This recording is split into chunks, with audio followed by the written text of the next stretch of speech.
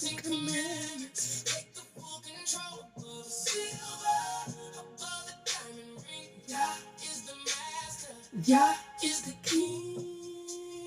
Higher than the mountains, deeper than the sea. His holy law is what sets my spirit free. No other Elohim, no other name I call. I'm keeping Yah forever standing over all. Don't take that name in vain.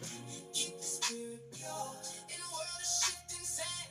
His word is staying sure. 6 days for the labor, but the seventh is the rest. Walking in the Sabbath light, truly I am blessed. Honor to the father and the mother of the home, so your days will be long. No matter where you roam, I won't let the enemy go. I won't let the anger rise. I'm keeping all the truth right before my very eyes. No killing of the spirit, no stealing what is gone. I'm walking in the statues from the dusk until the dawn.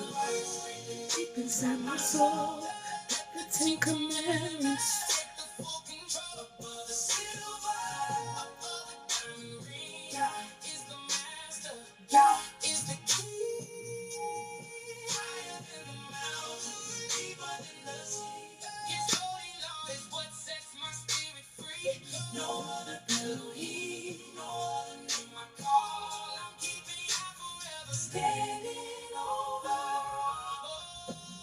No false witness, no craving what is theirs. I'm casting all my burdens and casting all my cares upon the one who gave the stone to the prophet's hand. The only way to live within the promised land is a narrow road, but the light is shining bright. Guided by the precepts in the middle of the night. Hear the word inside my soul. Let the Ten Commandments take the full control. Above the silver, above the diamond ring. Yah is the master. Yah is the king. Higher than the mountains, deeper than the sea. His holy law is what sets my spirit free. No other Elohim, no other name I call. I'm keeping Yah forever standing over all.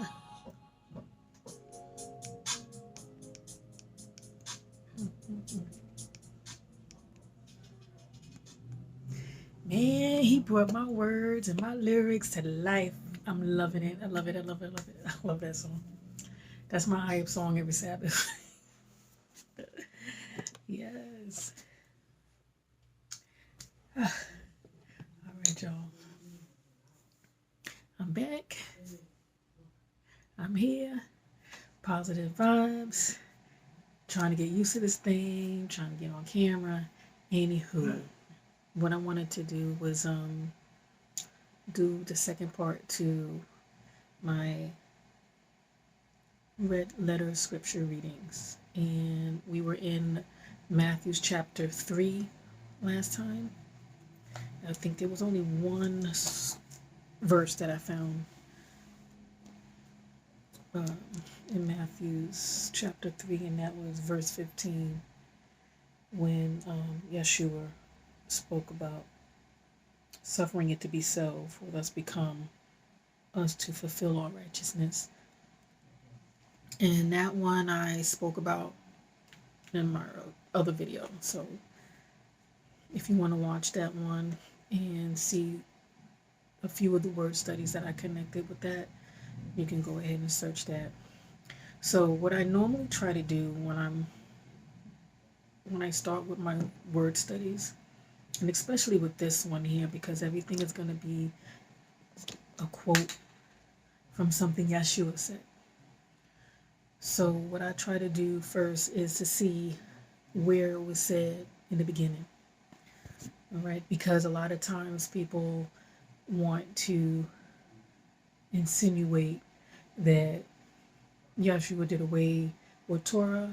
He had no parts of it and pretty much replaced it with something else. So I usually try to go there first. So the next verse in coming up will be in chapter 4. So chapter 4 in verse 4, it says, "It is written, man shall not live by bread alone, but every word that proceed out of the mouth of Yah."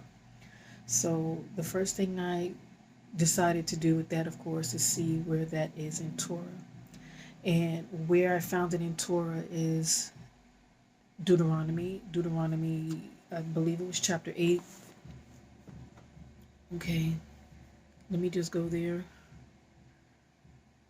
Deuteronomy 8. Okay, and I found it in verse 3. Okay, but I'm going to read it from verse 1. Okay, so Deuteronomy chapter 8, verse 1 says, "All the commandments which I command thee this day shall you observe to do, that you may live and multiply and go in and possess the land which the Elohim sware unto your fathers. And you shall remember all the way in which the Yah your Elohim has led these 40 years in the wilderness, to humble you and to prove you and to know what is in your heart, whether you would keep his commandments or not. And he humbled you and suffered you to hunger and fed you with manna, which you knew not, neither did your fathers know. But he might make you know that man do not live by bread only, but every word that proceed out of the mouth of Yah do man live." So it's the third verse that he was actually quoting or referencing to when he was dealing with Hasatan. Okay, so you need to use the word of Yah. That's how you should live. And he mentioned the 40 years being in the wilderness, humbling us and just getting us to examine our hearts. And it's kind of similar to the 40-day fast. You know, there's a significance to 40, and all the different numbers will go into that. Maybe not. I don't know.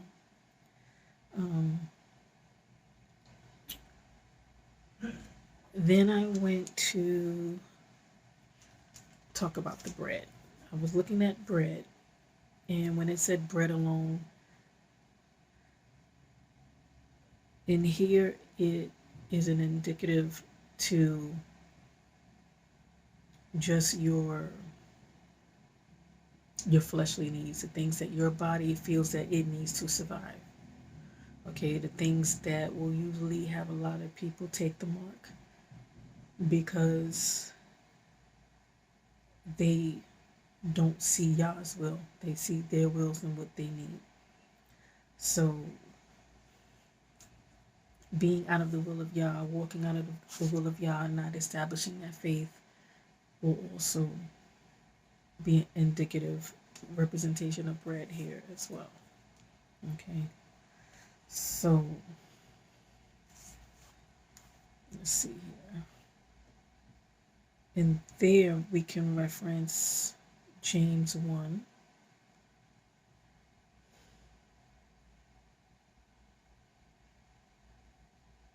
And we go to verse 22.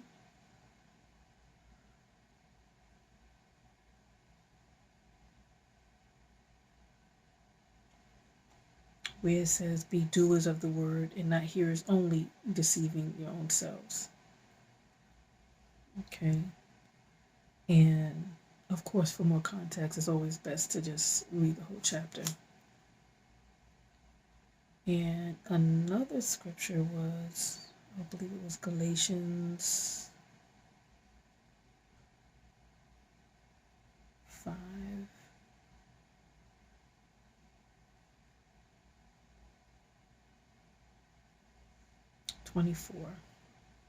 Galatians 5:24, where it says, "And they that are Yeshua's have crucified the flesh with the affections and lusts." So if we live in the Spirit, let us also walk in the Spirit. So that's how you should be living out your life. And let me see what else we got here. I mean, there are plenty of scriptures that we can go into in regard to walking in the Spirit, living in the Spirit, and using the word not as something you just say,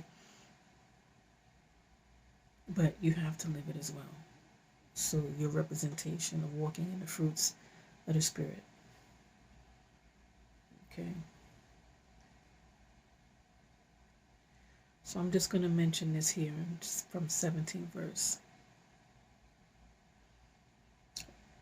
For the flesh lusts against the spirit, and the spirit against the flesh. These are contrary, the one to the other, so that you cannot do the things that you would. But if you are led by the Spirit, or led of the Spirit, you're not under the law. Why? Because you're doing it, so there's no punishment. Now the works of the flesh are manifest, which are these: adultery, fornication, uncleanliness, lasciviousness, idolatry, witchcraft, hatred, variance, emulations, wrath, strife, seditions, heresies, envyings, murders, drunkenness, revelings, and such like, of which I tell you before, as I've told you in times past, that they which do such things shall not inherit the kingdom.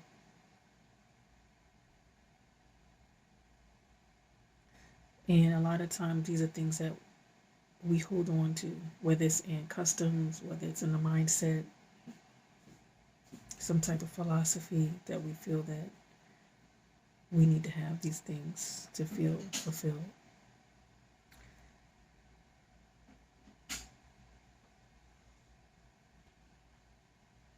So, with living with the word, or living in the word, and being a representation of the word, we have to talk about the fruit of the Spirit. And with that, in verse 22, it says, the fruit of the Spirit is love, joy, peace, long-suffering, gentleness, goodness, faith, meekness, and temperance. Against such there is no law. People would mistake that as saying the laws are done away with. No, that just means that if you're already walking in it, then there's no condemnation to you. It's kind of like if you have your children, you have ones that they don't obey. So you constantly have to tell them, this is what you're supposed to do. If you don't do this, this is what's going to happen to you. Punishment, spankings, whatever the discipline action is going to be. But then you have the one who already obeys, already knows what to do, and it's smooth with that child. You don't have to say anything to them. You don't have to threaten them. You don't have to say, if you do this, because they're already doing it. They're already doing what they're supposed to do. So for that child, there is no such law. No punishment. Okay, so till next time, till next reading, have a wonderful day. Check out my playlist. God bless.